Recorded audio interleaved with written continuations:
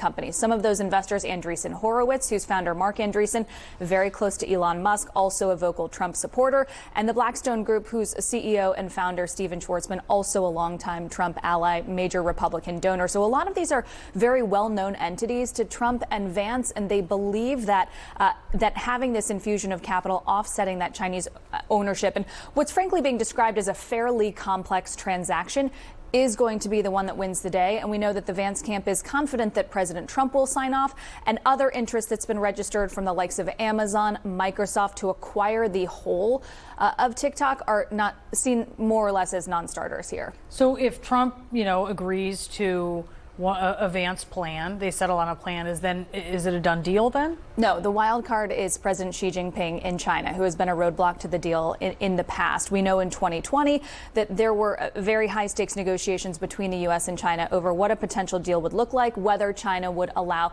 the valuable algorithm to be sold with TikTok's U.S. operations, whether the U.S. would even find that passable from a national security standpoint. And in talking to advisors and people who are involved in this process, they believe that this type of structure is one that potentially could get President Xi on board.